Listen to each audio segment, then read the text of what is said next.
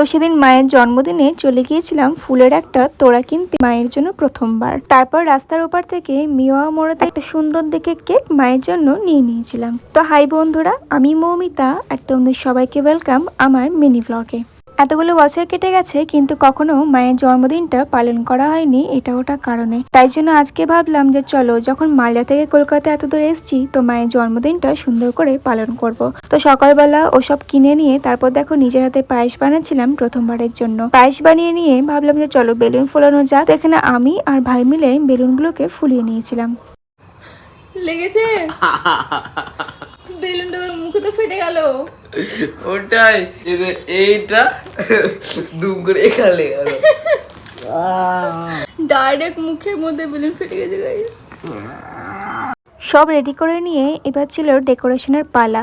পরের ভিডিওতে তোমরা দেখতে পাবে যে মায়ের কি রিয়াকশন ছিল। মা ভাবতেই পারেনি যে আমি আর ভাই মিলে এসব প্ল্যান করেছি। এদিকে ভাইকে দেখো মনের আনন্দে বেলুনগুলোকে নিয়ে উড়িয়ে যাচ্ছিল।